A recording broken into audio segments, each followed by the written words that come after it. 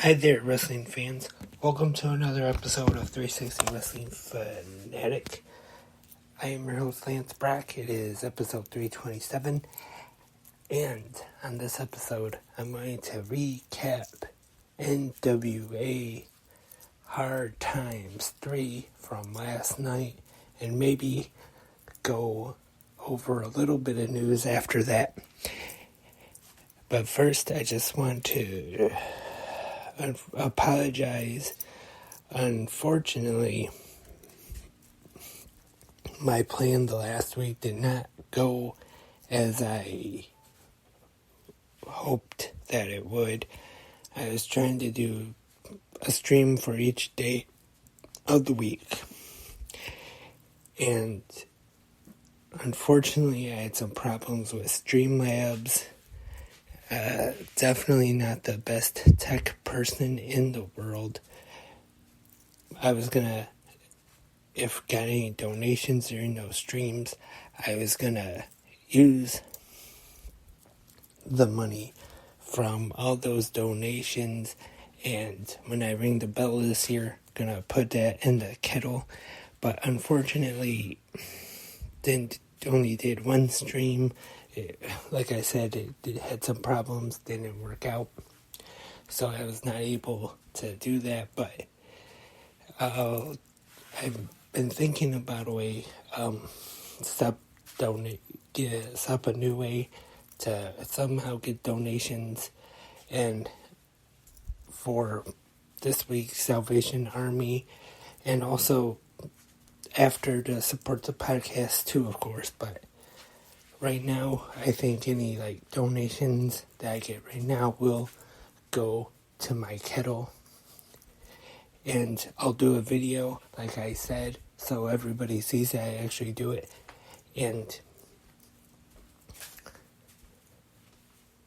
so unfortunately, like I said, my plan didn't go as planned, but hopefully we'll still get a lot of my kettle this year. And if you're out anywhere and you see a bell ringer, if you have any spare change or anything, put some in the kettle to help out. And now, let's get to last night's pay-per-view on Fight TV. NWA Hard Times, live from New Orleans, Louisiana. And the commentators for the show, we have Joe Galley, Tim Storm, and Velvet Sky, the usual commentary team for NWA, and I think they're pretty good. Are they the best commentary team in pro wrestling? Maybe not, but I do like this trio though. I like having a woman on commentary. I think Velvet Sky has been doing a pretty good job. Tim Storm as well has been doing pretty good on commentary. And Joe Galley has been good in the NWA, and I'm sure a lot of people know him from his time when he was a commentator on Championship Wrestling from Hollywood. And let's get started. The first match on the pay-per-view is the Voodoo Queen Casket match. Natalia Makova taking on Maxton Paler with James Mitchell in her corner. And Mitchell does get involved, and she does have some help from someone else too, and that allows her to win this casket match, Maxton Paler. And the second match of the evening is one that surprised me, was better than I was expecting, for the MLW Openweight Championship. Colby Carino versus Davey Richards. I thought this match was actually very good. Richards gets the win, submission with an ankle lock to retain the championship. But very good match, though. And it looks like there's going to be a show of respect. Shake hands. But then Colby attacks him. Our next match. Mask versus Mask. Question mark versus question mark 2. And Aaron Stevens, the former Damien Sandow, is in the corner of question mark 2. The brother of the original question mark there to represent his family. And question mark 2 wins. And question mark 2, I messed up. Aaron Stevens was in the corner of question mark, not question mark 2. So question mark 2 wins this one, representing his brother and the rest of his family. And question mark stalls, of course, like the heel usually does when he has to unmask. So finally he does, but immediately after, Aaron Stevens puts a towel over his head. Next up, the NWA Junior Heavyweight Championship is on the line. The notorious 187 Homicide is taking on Kerry Morton with his father from the Rock and Roll Express, Ricky Morton, in his corner. And this one I thought was another very good match, and which surprised me a little bit. Not that I thought it was going to be bad, but this one was really good. And Kerry Morton definitely impressed me. He gets the win in this one with Homicide's own move and defeats Homicide to win the NWA Junior Heavyweight Championship. I wouldn't say I've seen a whole lot of Kerry Morton, but what I have seen of him, I have been impressed. I think he has a bright future ahead of him. Next up, Odinson. And he was originally Odinson. I'm probably saying his name wrong. But he was originally supposed to take on Nick Aldis. But last week, right after the interview of him with Nick Aldis was on Sunday night's main event, and just shortly after that, the news broke about him leaving the NWA when his contract is up at the end of the year. And then after that, Billy Corgan did the interview on Busted Open, where he revealed that Nick Aldis was suspended, so probably just gonna be gone for the rest of the time that is left on his contract.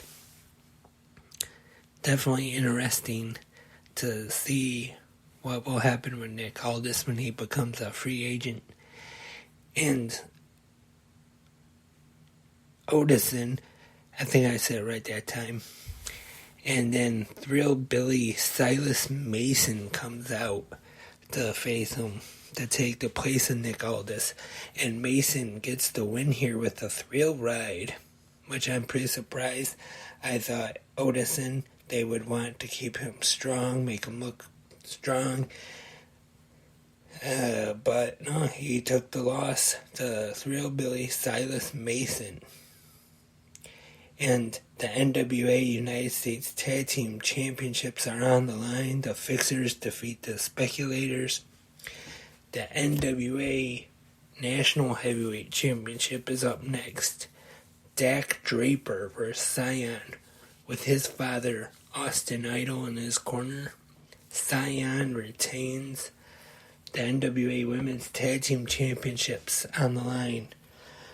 Pretty Empowered defeat Maddie and Jess McCade when Maddie turns her back on her partner. Still Women's Tag Team Champions, Pretty Empowered. EC3 versus Tom Latimer, and EC3 gets the win via disqualification when he makes Vladimir pretty much snap. He puts his hands on the referee, attacks him, kind of chokeslams him into the corner. That causes the disqualification. And EC3 are still talking about CYN, control your narrative. I'm not really sure if there's much of a future for that promotion right now. But speaking of, real quick, you can watch Control Your Narrative. The shows are on Pro Wrestling TV. I know I have it on Roku, or you can watch online, also on Google Play, and I'm sure other things too. Definitely check that out, see if you can get it. On Roku, it's great. Features Control Your Narrative, like I just said, MLW, and other promotions, pro wrestling documentaries, and some podcasts on there. Not 360 Wrestling podcasts, but I think they only want good ones to be on there. So 360 will never be on there, unfortunately. Unless they don't mind one day maybe having a bad podcast on there. And the NWA World Tag Team Championship match is next. Hawks, Ari, Luke, and PJ Hawks taking on the Rebellion for the titles. Good match here. Looks like the father and son duo are gonna capture the tag team titles, but it is not to be. Rebellion retains. And our next match at Hard Times 3 is for the NWA Women's Championship. Camille defending against Kylie King and Chelsea Green, who departed from Impact Wrestling last Thursday night after losing to Mickie James. Camille pins Chelsea Green to retain the championship, continuing that long reign as NWA Women's Champion. But this match, though, after losing, she did not say she was going home like she did on Impact. And then we see the legendary Bobby Fulton making an appearance. And now it is time for the main event of the evening for the NWA World Championship. Sweet Charlotte is on the line. Trevor Murdoch, Matt Cardona, and Tyrus.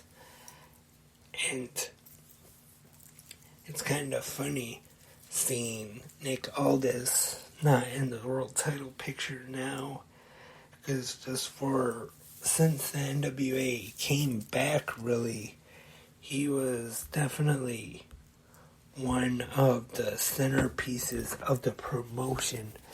Billy Corgan pretty much built the company around him, and he was the NWA World Champion for a long time, took the title from Cody Rhodes, and that's why it was kind of so surprising him leaving last week. But apparently Aldis has had some issues with their creative decisions as of late, maybe about how he is being used, and not very happy. And then the interview I mentioned earlier on Sunday night's main event was before the news broke, and then the other interview with Busted Open, Billy Corgan, and he says that he thinks Nick Aldis is working some kind of angle, but who knows. I think the world title picture, if these three stay in NWA for a while, is in pretty good shape. We've got the new champion Tyrus now, Trevor Murdoch, who has definitely improved as of late, and Matt Cardona, was a former NWA World Champion, who actually did not lose the championship who had to vacate it due to injury back at the Always Ready pay-per-view. And so that was NWA Hard Times, which was definitely a good show. But would I say great? I'm not sure if I would say great, but it was definitely good and definitely worth checking out if you want on fight.tv. And to talk about a little bit of news now, as we all seen on Monday, the return of Sarah Logan to WWE on Monday Night Raw with the Viking Raiders, which a lot of people are saying she stolen the gimmick from Max the Impaler, who was on the NWA Hard Times, and she appeared for Impact Wrestling recently as well in the Pick Your Poison. And so, gotta admit, there are definitely some similarities between this look from Sarah Logan and Max the Impaler. Did she completely rip it off? Was it intentional?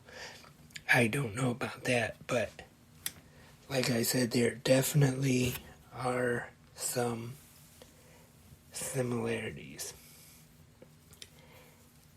And some news coming out of last Wednesday night's Dynamite at Full Gear. We will see a tag team match, Jay Lethal and Jeff Jarrett taking on Sting and Darby Allin. And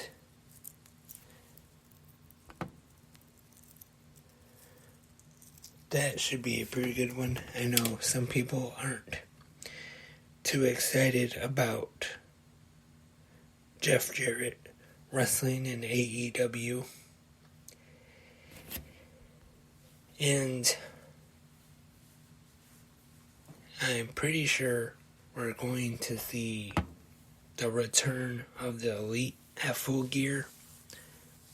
But we will just have to wait and see about that.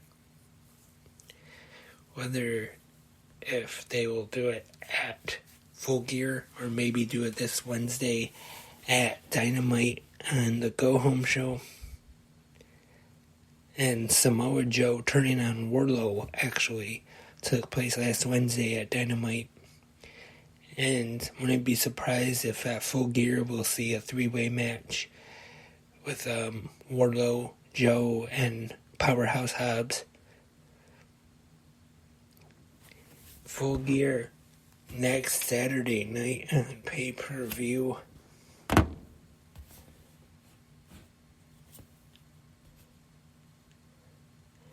And on SmackDown, the Usos defeated the New Day. Not really a surprise there. Was expecting them to break the New Day's record as longest reigning tag team champions. Good match. I don't know if I would put it up there with some of their other great matches that they have had in the past, but still a good one. Shotzi Blackheart becoming the number one contender for the SmackDown Women's Championship after winning that six-pack challenge. We've had the start of the SmackDown World Cup. Phantasma defeated Shinsuke Nakamura. Braun Strowman defeated Jinder Mahal. And on Impact Wrestling Thursday, Joe Hendry defeated Brian Myers. I mentioned Chelsea Green losing to Mickie James and then leaving, being written off. And also there was a very good video package on Frankie Kazarian. I definitely recommend checking out. It was a great video focusing on Frankie's career and his whole history in TNA, the X Division, Scott D'Amore bringing him in the company, meeting Tracy Brooks and them getting married, and it was a very good video and great way to build up for the Impact World Championship match Friday at Overdrive between Josh Alexander and Frankie Kazarian, which I think will be a very good match, to be honest. But I do not see the title changing hands with, I think when Bully Ray decides to cash in the Call Your Shot trophy that he won at Bound for Glory for that world title shot, I think it's going to be against Josh Alexander, the way things have been building on Impact Wrestling recently about everybody else trying to warn Josh Alexander that he cannot trust Bully Ray. But like I said, I think it will still be a very good match. Got 2 big shows next weekend, Impact Wrestling Overdrive and AEW Full Gear. And that's all for this episode of 360 Wrestling Fanatic. Thank you everyone for tuning in. And remember, if you have any likes, questions, comments, suggestions, anything, email 360wrestlingpodcasts@gmail.com. Any donations, if you want to support any donations I get for this next month or next week, I should say, or the next couple weeks maybe, I'll put it in the kettle when I start ringing the bell. And hopefully I'll get some. And Instagram, Twitter, 360 Wrestling Podcast. The Twitter is actually at 360 Wrestling Pod. Don't forget on YouTube, 360 Wrestling Podcast. Like, subscribe, comment, share, all that good stuff. Hope to be back soon with more new episodes. Hope to keep going. And I'm sure next weekend I'll have recaps of the Overdrive and Full Gear. But until the next episode, I am Lance, and I am a wrestling fanatic.